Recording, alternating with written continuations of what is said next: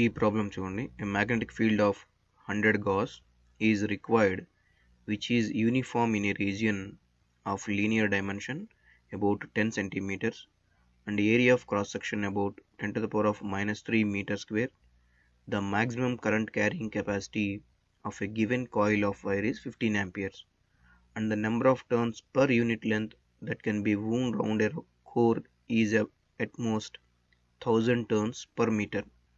Suggest some appropriate design particulars of a solenoid for the required purpose. Assume the core is not ferromagnet. మన motive ఏంటి అంటే ferromagnetic material కానటువంటి ఒక సోలినాయిడ్కి ఒక particular design మనం ఇవ్వాల్సి ఉంటుంది. అంటే ఎన్ని కాయిల్స్ ఉండాలి, ఎంత లెంత్ ఉండాలి, ఎంత ఏరియా ఉండాలి, ఎంత కరెంట్ పంపించాలి అనే ఒక డిజైన్ని మనం సెట్ చేయాల్సి ఉంటుంది ఈ ఇచ్చిన క్వశ్చన్ని బట్టి. సో సోలినాయిడ్ అంటే మనకు తెలుసు కదా, ఇలా ఉంటుంది.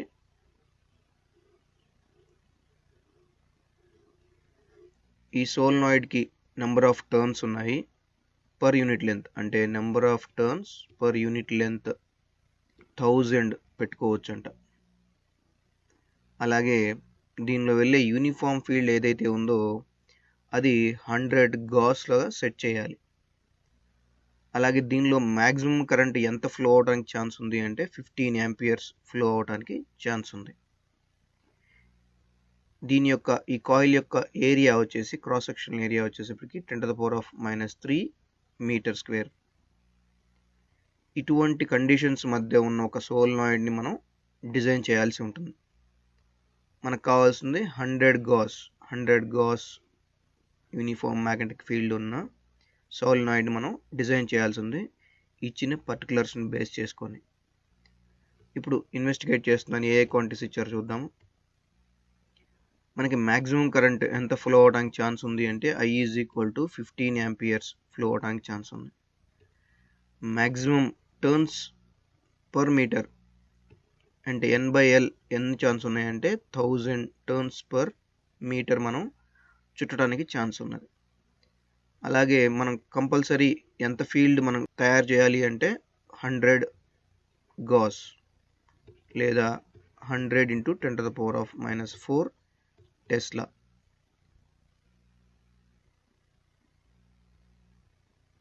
అలాగే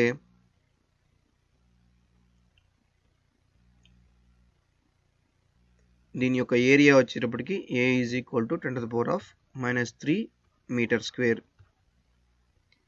అయితే మనకు ఒక స్టాండర్డ్ సోలినాయిడ్ డిజైన్ తెలుసు. అదేంటి అంటే ఇప్పుడు ఈ సోలినాయిడ్ యొక్క డయామీటర్ అనేది ఆ లెంత్కి కంపేర్ చేసినప్పుడు చాలా తక్కువగా ఉండాలి. అంటే length of the solenoid should be very very greater than diameter of the coil. Length of the solenoid ఈ డయామీటర్ ఆఫ్ ద సోలినాయిడ్ కన్నా చాలా ఎక్కువగా ఉండాలి కంపేర్ చేస్తే. అంటే ఫర్ ఎగ్జాంపుల్ ఇది కనుక 100 కనుక ఉంటే ఇది 1 అయి ఉండాలి. అంటే 100 ఎక్కడ 1 ఎక్కడ, ఇలాంటి కంపారిజన్ ఉండాలి ఈ రెండింటి మధ్య. అలా ఉన్నప్పుడు మాత్రమే ఆ సోలినాయిడ్కి మనం పర్ఫెక్ట్ డిజైన్ ఇవ్వగలుగుతాం. ఇప్పుడు దీన్ని బట్టి మనం ఏం చెప్పొచ్చు అంటే ఈ ఏరియాని మనం కన్సిడర్ చేయాల్సిన అవసరం లేదు. ఇప్పుడు డిజైన్ కోసం రిజాల్వ్ చేస్తున్నాను. ఒక సోలినాయిడ్లో ఉన్న మ్యాగ్నెటిక్ ఫీల్డ్ ఫార్ములా ఏంటి అంటే B is equal to μ0 N/L × I. అంటే ఆ సోలినాయిడ్లో ఉన్న మ్యాగ్నెటిక్ ఫీల్డ్ దేని మీద డిపెండ్ అవుతుంది, అందులో వెళ్ళే కరెంట్కి దానికి ఉన్న టర్న్స్ పర్ యూనిట్ లెంత్కి డిపెండ్ అవుతుంది. ఇప్పుడు మనకు కావాల్సిన ఫీల్డ్ 100 గాస్ లేదా 100 × 10 to the power of minus 4 Tesla is equal to μ0 అంటే 4π × 10 to the power of minus 7 into మనం 1000 టర్న్స్ మ్యాక్సిమం పెట్టవచ్చు కాబట్టి 1000 టర్న్స్ పర్ యూనిట్ ఇక్కడ రాస్తున్నాం. అంటే N/L is equal to 1000 into I. 1000 turns per meter పెట్టినప్పుడు దానిలో ఎంత కరెంట్ను మనం పంపించవచ్చో క్యాల్కులేట్ చేయడానికి ఇది రాశాను. ఎంత క్యాల్కులేట్ చేయొచ్చు అంటే I is equal to 2 zeros cancel 10 to the power of -4 ఇక్కడ 10 to the power of -3 వస్తుంది. అలాగే ఈ 0 పోతే 10 to the power of -2 రాయొచ్చు ఇక్కడ. ఇక I ఈజ్ ఈక్వల్ టు దీన్ని 1/4π into 10 to the power of -2 లేదా 100/4π లేదా 25/3.14 దీన్ని మనం ఇవాల్యుయేట్ చేస్తే మనకి ఇది నియర్లీ 7.9 లేదా నియర్లీ 8 amperes వస్తుంది. అంటే 1000 turns per meter కనుక మనం ఈ సోలనాయిడ్ చుట్టూ చుడితే మనం ఎంత కరెంట్ పంపించవచ్చు అంటే 8 amperes కరెంట్ పంపిస్తే మనకి రావాల్సిన ఈ 100 గాస్ ఫీల్డ్ ఏర్పడుతుంది. అయితే ఇక్కడ మనం కరెంట్ పంపించడం తేలిక, కానీ కాయిల్స్ కొనాలంటే కష్టం అవుతుంది. అంటే మనం కాయిల్స్ సంఖ్య తగ్గిస్తే మనం దాన్ని డిజైన్ చేసే కాస్ట్ కూడా తగ్గించుకోవచ్చు. సో సంఖ్య తగ్గించాలి అంటే అర్థం ఏంటి? ఇక్కడ ఈ magnetic field number of turns per unit length మీద కరెంట్ మీద డిపెండ్ అయింది. మ్యాగ్నెటిక్ ఫీల్డ్ ఇక్కడ ఒక డిజైన్ అనుకున్నాం, అంటే 100 గాస్ కావాల్సిందే అని మనం డిజైన్ అనుకుందాం. అంటే బి అనేది కాన్స్టెంట్ అనుకుందాం. బి అనేది కాన్స్టెంట్, μ0 అనేది కాన్స్టెంట్ అయినప్పుడు ఈ కరెంటు నెంబర్ ఆఫ్ టర్న్స్ ఎలా రిలేట్ అయి ఉన్నాయో చూద్దాం. B is equal to μ0 into n/l into I. ఇక్కడ బి కాన్స్టెంట్, μ0 కాన్స్టెంట్ అయినప్పుడు I is equal to small l/n into some constant k అనుకోండి. అంటే I is proportional to l/n. I1 proportional to L1/n1. I2 is proportional to L2/n2 అనుకుందాం.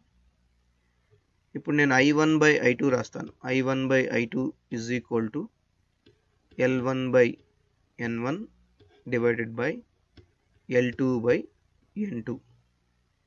That is equal to, దీన్ని ఇంకో రకంగా రాస్తే L1/n1 into N2/L2. ఈ విధంగా currents వాటి యొక్క టర్న్స్ పర్ యూనిట్ లెంత్కి రిలేట్ అయి ఉన్నాయి. మనకు ప్రస్తుతానికి ఉన్న 1000 టర్న్స్ పర్ యూనిట్ లెంత్కి ఎంత కరెంట్ ఫ్లో అవడానికి ఛాన్స్ ఉంది? 8 amperes ఫ్లో అవడానికి ఛాన్స్ ఉంది. 8 amperes divided by second current is equal to ఈ N1/L1 అంతా 1000, అంటే ఇక్కడ నేను 1/1000 రాస్తున్నాను, ఇంటూ N2/L2. ఇక్కడ ఈ సెకండ్ కరెంట్ చూడండి, మనం 8 amperes పంపిస్తేనే మనకు కావాల్సిన ఫీల్డ్ వస్తుంది. కానీ ఆ కరెంట్ వైర్ ఎంత సపోర్ట్ ఇస్తుంది? 15 amperes సపోర్ట్ ఇస్తుంది. చూడండి, 15 amperes సపోర్ట్ ఇస్తుంది మనకి. కాబట్టి మనం ఇప్పుడు 15 amperes పంపిస్తే ఎన్ని టర్న్స్ అవసరం అవుతాయో చూద్దాం. అంటే 8/15 is equal to 1/1000 into N2/L2. That implies N2/L2 is equal to 8000 divided by 15. That is equal to 5 3s are 5 1s are 5, 5 6s are 30 and 0 0. So 3 1s are 3 5s are 15, 3 3s are 3 3s are, అంటే nearly 533 turns per metre మనం కనుక ఆ సోలనాయిడ్కి చుట్టితే మనకి required field వస్తుంది. అంటే 100 gas field వస్తుంది. అంటే ఇక్కడ మీరు 533 టర్న్స్ పర్ మీటర్ చుట్టి 15 amperes కరెంట్ కనుక పంపిస్తే మీకు 100 గాస్ వస్తుంది. లేదంటే 1000 టర్న్స్ పర్ మీటర్ పెట్టి 8 amperes పంపిస్తే మీకు కావాల్సిన 100 గాస్ వస్తుంది. వీటిలో ఏది బెస్ట్ అంటే పైదే బెస్ట్. ఎందుకంటే ఇక్కడ మనకి టర్న్స్ నెంబర్ తగ్గిపోతుంది. అంటే కాపర్ కాయిల్ని కొనాల్సిన అవసరం ఫస్ట్ దానిలో తగ్గిపోతుంది. అండ్ కరెంట్ మనకి 15 amperes పంపడం ఈజీ కాబట్టి ఈ 100 గాస్ యూనిఫామ్ ఫీల్డ్ పొందడానికి ఈ ఫస్ట్ డిజైనే పర్ఫెక్ట్ డిజైన్.